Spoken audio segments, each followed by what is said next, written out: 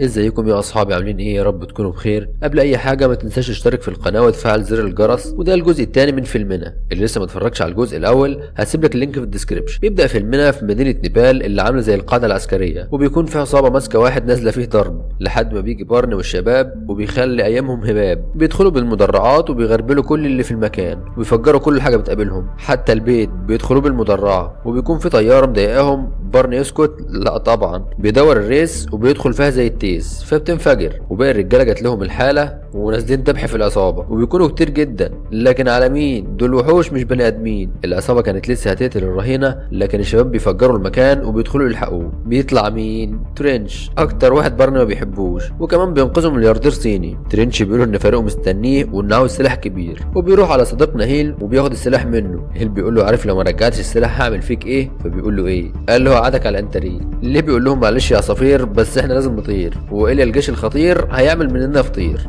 جامد ياد يا جابر. بيخرجوا من المكان بيلاقوا جيش كامل بره، بيطلعوا على مكان عالي علشان يعرفوا يهربوا. بيمشوا من المكان بالواير اللي وصل لحد الغابه، والجيش مش بيسيبهم وبيفضل وراهم وهم بيصطادوا فيهم زي العصافير. الفريق كله بيوصل وبينطوا في الميه، لكن بارني وليه بيقعوا في وسط الجنود. بارني بيعمل بصباعه كانه سلاح وبيصفيهم، وبيكون القناص بتاعنا قايم بالواجب. بيركبوا المراكب وبيمشوا، بس برضه الجيش بيجري وراهم، وصاحبنا القناص بيفرتك دماغهم بالرصاص. ليو وبارني بيجيبوا الطياره وبيدخلوا يعملوا غاره وبيدمروا العيال، والقناص برضه مش راحم حد. بيبصوا قدامهم بيلاقوا جيش فوق الجيش واقفين على المينا، بس 3 طلقات بيخلصوا الحوار وبيدمروا المينا باللي فيها ويمشوا. وهم في الطياره صديقنا يانج بياخد الملياردير الصيني وبينط بيه عشان يوصله عند المدام والاولاد، وبعد ما يوصلوا بيروحوا يسكروا. وفي نص السهره اخونا بيلي القناص الفاجر بيقول لبارني انه حاسس ان ده مش مكانه، وانه يستاهل حياه افضل من دي، لكنه هيكمل معاهم الشهر وبعدين يسافر للحلويات البيت شفاعات. بارني بيكون مقدر اللي بيقوله وبيقول انه بيحترمه جدا وبيسيبه يمشي، وطبعا بيروح على المكان المعروف وهو الطياره بتاعته. بس بيلاقي تشارش عميل CIA صاحب العمليه من الجزء اللي فات، وبيقول له انه اتخلى عن العمليه اللي فاتت وسرق منه 5 مليون دولار، وجاله دلوقتي عشان عاوز تعويض والا هيدفنه هو وجماعته صحيين. المهم هي طياره صينيه وقعت في مكان اسمه جازيك، والطياره دي فيها خزنه جواها قرص صلب ومش لازم تعرف ايه اللي فيه، كل اللي عليك انك تجيبها. والخزنه دي الشفره اللي عليها بتتغير كل 120 ثانيه، يعني لو كتبت الرمز غلط مره هتودع انت واصحابك. علشان كده هبعت معاكم عميل محترف في فك الرموز، والعميل ده هو الموزة ماجي تشان. بيروح بارني عشان يقابل ماجي وبيقول لها ان دي عمليه خطيره وان لو حصل اي خطأ هنموت كلنا. ماجي بتقول له ما تكبرش الموضوع بس يا بارني يا اخويا. هنتحرك امتى؟ الساعه 5 الفجر. ماشي سلام، لا اله الا الله. وتاني يوم بيروح الجبال الجزيك في البانيا، واول ما بيوصلوا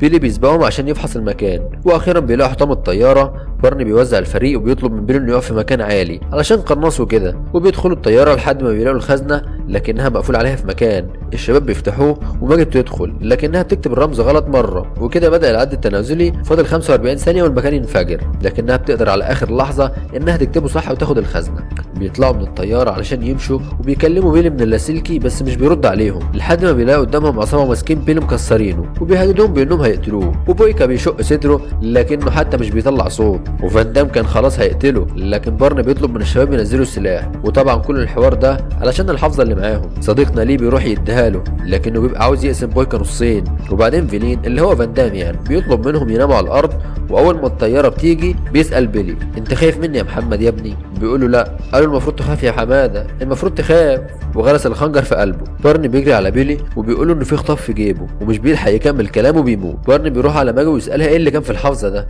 بتقول له ان رسم تخطيط المنجم، والمنجم ده فيه 5 طن بلاتينيوم مسلح، والخريطه دي الوحيده اللي هتدلهم على مكان البلاتينيوم.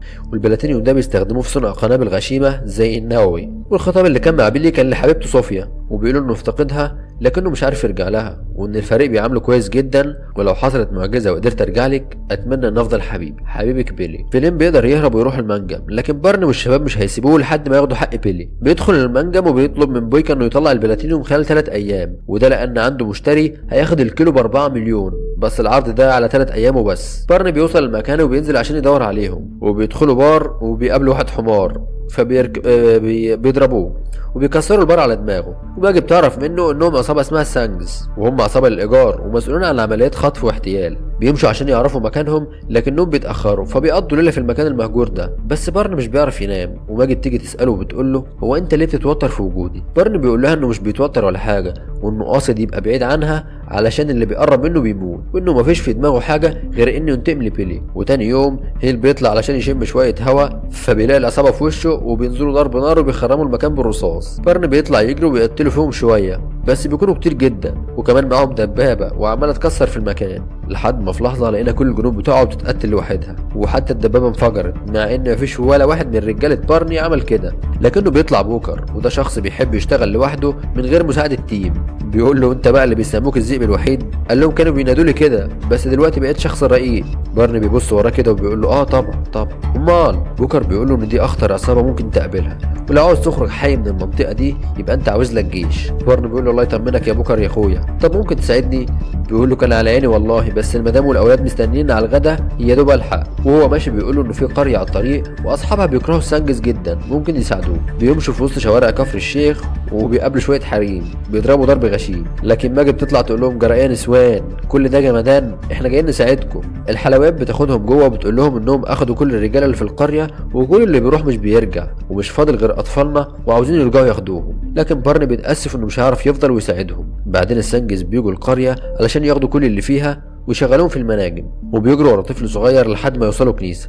وبيكون جماعتنا عامله لهم مفاجاه، ليه بيذبح له 5 6 15، وبارن بيقتل واحد في التاني في التالت في ثواني، وبيكون فاضل 2 ليه بيدوهم خنجرين، وكده فاضل واحد بس، ومن حظه الاسود كلهم موجودين بيخرموه ويعملوا من جسمه غربال. بنرجع المناجم وبيكونوا طلعوا كل البلاتينيوم، والخنزير بويكا بيقتل العمال ويقفل عليهم. فيلين بيطلب منه انه يقتل كل العمال علشان ما يسيبش اثر، لكن جماعتنا بتكون مراقبه كل حاجه بتحصل، وبياخدوا الطياره وبيبداوا الغاره. بيفجروا جسر المنجم بكل اللي عليه، وبيدخلوا المنجم بالطياره، وطبعا بتتفسخ لكنهم بيوصلوا. والعصابه كانت لسه هتقتل العمال بتوع القريه، لكن جماعتنا خلصوا الكلام في 2 كلام، والخنزير فيلين فجر المكان وقفلوا عليهم، وكده مفيش مخرج يخرجوا منه. اخونا جانر بيحاول يصنع لنا قنبله وبيخلي الكل يرجع ورا، ده على اساس انه هيفجر المكان، لكن النار بتطفى والقنبله بتقع. بيقول لهم عادي يا جماعه شويه هوا بس ما بيكملوش كلام، وحد بيكسر المكان ويدخل لهم، وبيكون ترنش، وكده يبقى متعادل مع بارني. وعمال القريه بيرجعوا لاهلهم بالسلامه، وتشارشي بيجي وبيجيب معاه طياره حربيه ويروح علشان يقتلوا فيلين،